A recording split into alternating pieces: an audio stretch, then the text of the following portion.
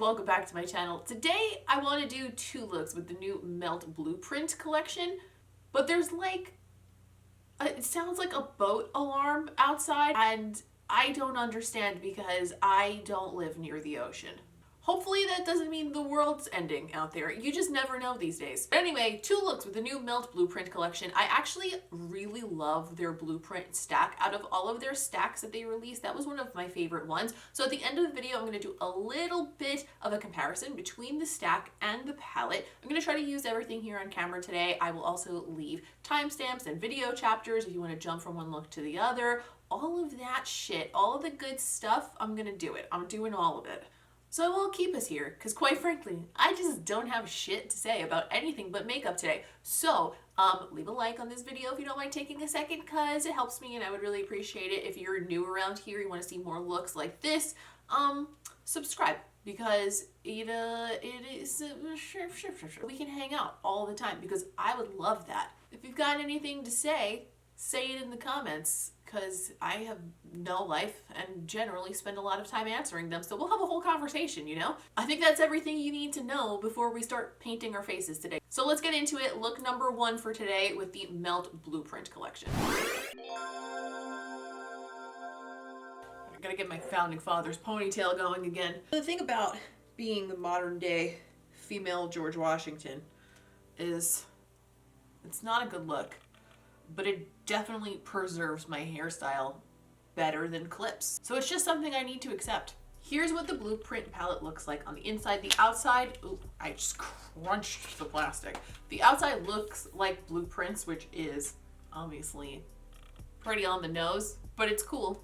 And I think the first look I want to do inspired by one of the looks that one of the co-founders of Melt, Dana, posted on Instagram. I'm not sure if it was on her personal Instagram or on the Melt Instagram. I'll try to find the post. I thought it was really pretty and I kind of want to do something similar to it today. Something I think is interesting about seeing this in person is these shades looked almost more like reddish orange and like burnt red orange brick on the internet, and in person they're quite brown actually.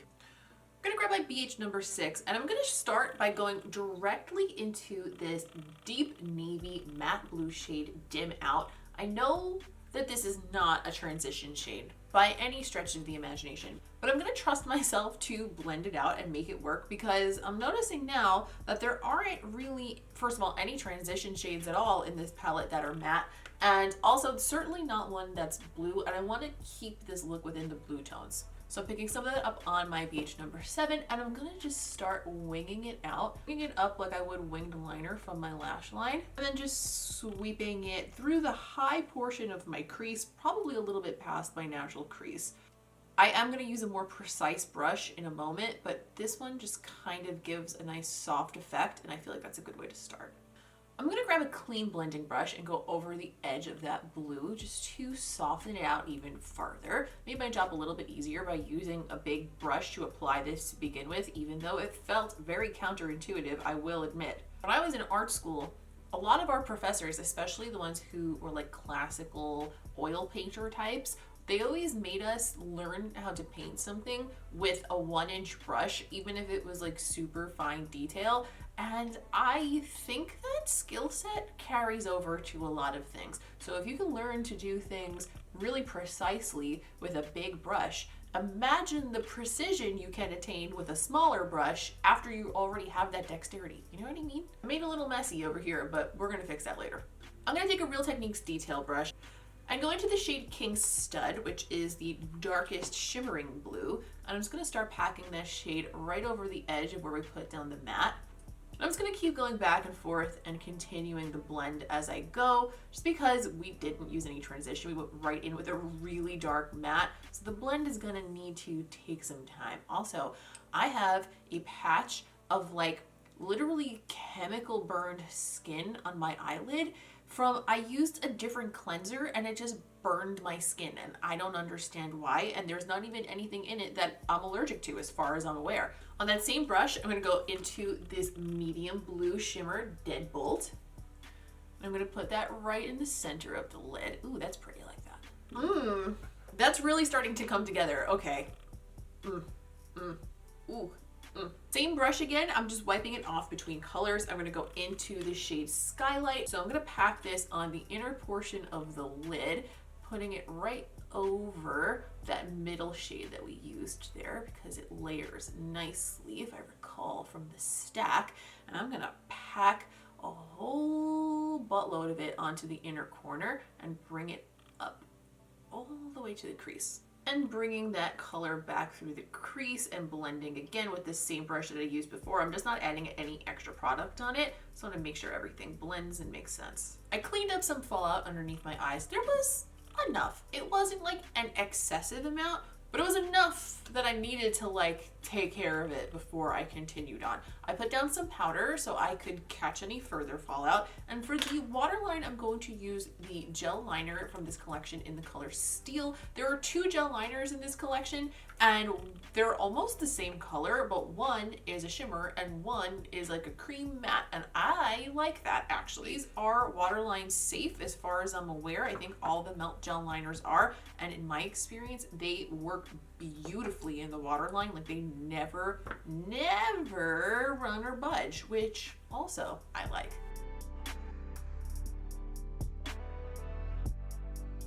But I do have a moment where my eyes start to water like instantly as soon as I put gel liner in my eyes and have to tip my head back, because you're essentially just poking yourself in the eye with a brush, you know? There's just no avoiding it. Nicole, why are your eyes always watering? I don't know, because I stab things into them all the time. For the lower lash line, I'm going to grab the NABLA pointed crease brush. I'm going to go back into the matte dark blue shade Dim Out. I'm going to just start working that under there and continue it into the shape that we created on the top. I'm going to keep the underside pretty much completely matte except for that inner corner, I think, because I want that inner corner to stand out a little bit more, and I think this is a good way to do it. And just like on the top, I'm going to take a brush without any more product on it and blend the edge with that. That way we get to blend but not spread the color all the fuck over our face. And then a clean pencil brush, I'm going to go back into the lightest shimmer Skylight, and I'm going to continue that inner corner by packing it underneath the eye and a little bit more onto the inner corner as well. And I'm going to sweep it right over the dark blue too, so it kind of like shimmers it up and fades together, melts together like a buttery blue delight. Alright, I put on House of Lashes Siren Flare because I'm predictable as shit and I cleaned up my skin. I've been using these e.l.f. putty blushes lately. I feel like I mentioned this already, but these are fucking amazing. They're so good. They're creamy and they make your skin look bouncy, but they're completely weightless and also completely immobile. Like they don't move at all, and you can also put them over powder. They're the best. They're so good. For the lip, I think a matte nude is in order because we have a lot of shimmer going on in the eye and a lot of color going on in the eye, and to balance that, for me, I think a matte nude would be best. This would also look really good with just a clear gloss though, I think. I'm also just saying this would look really good with a matte red liquid lipstick, like so good. I'm gonna use the ColourPop Velvet Luxe in the color Ingenue again because I've just been really liking this shade lately. It pairs really well with a bunch of different liners, and for the liner today, I'm gonna use the KVD Everlasting Lip Pencil in the color Lolita.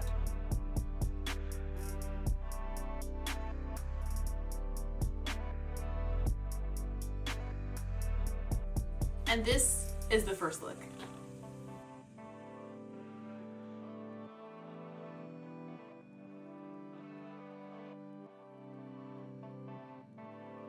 For look 2, I want to feature the gel liner a little bit more, but first I'm also going to dip into some of these brown shades. So I'm going to go into the shade Hammered, and I'm going to start by putting that through my crease. I really wish there were more transition shades in here. Putting that through my crease and flicking it out toward the end. I'm thinking I'm going to make this like a center cut, but with a flicked out end and a wing. So it's going to be like a combination of those two shapes. Because this is so deep a shade, I'm going to go ahead and start blending that out right away with a clean brush, just so we're not putting more color on there.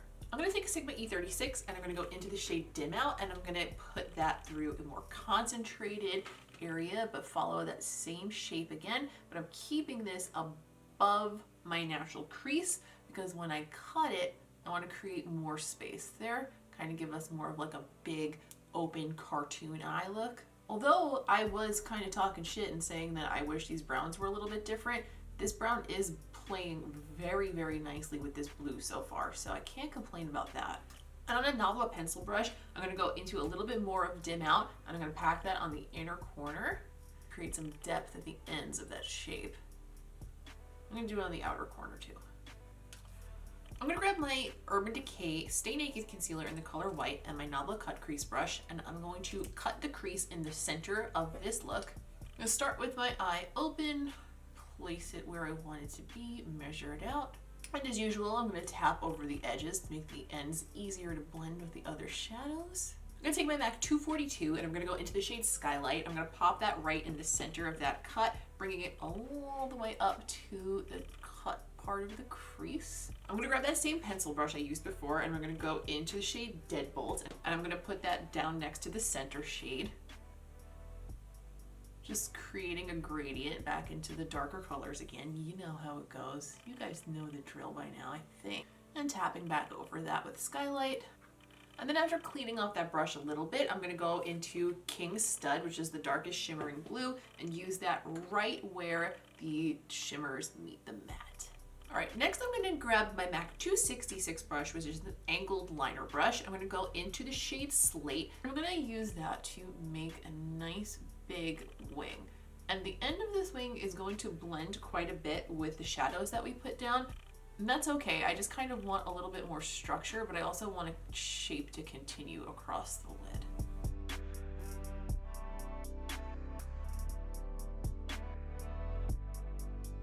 I'm gonna take a makeup wipe and just clean up a little bit in here where I got a little too much matte black around my inner corner, and also any fallout under the eye, and any shadow that I brought down was a little bit lower than our eyeliner wound up being. If you have long nails, stick your nail inside your makeup wipe and make it a pointy apparatus. It makes things a lot more precise, let me tell you.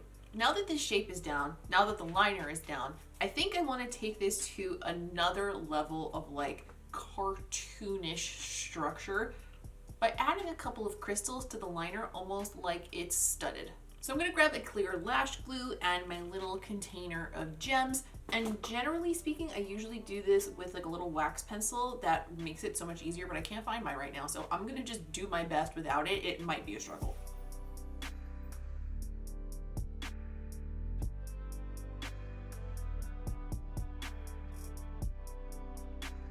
I concealed and I put down some powder, and for the waterline I want to do something bright and open. You could totally do this with just a plain white eyeliner if you wanted to, but what I'm going to use is the color Winterfell Snow from the Urban Decay Game of Thrones collection, just because it is like an icy blue and I think it'll go well with the color that I have in the center of the lid. And I'm going to go into the shade Hammered, which is the dark brown shade here. I'm going to run that underneath the lower lashes. Just use that to define the lash line. Sweep it up right underneath the wing. But I'm not going to bring it out completely under the wing because I don't want the brown to take over the blue there. I'm going to blend the edge of that out with a clean brush. And on a Luxie 111 Mini, I'm going to go into Skylight again, and I'm going to use that on the inner corner just to brighten it up a little bit and sweep it underneath the inner part of the lower lash line.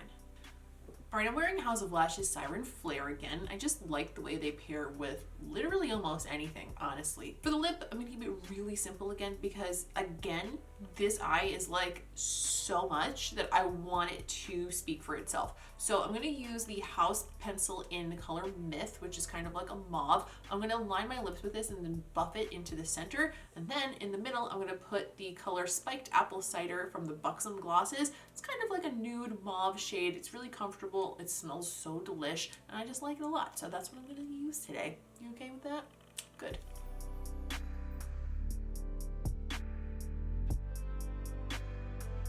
And this is the second look.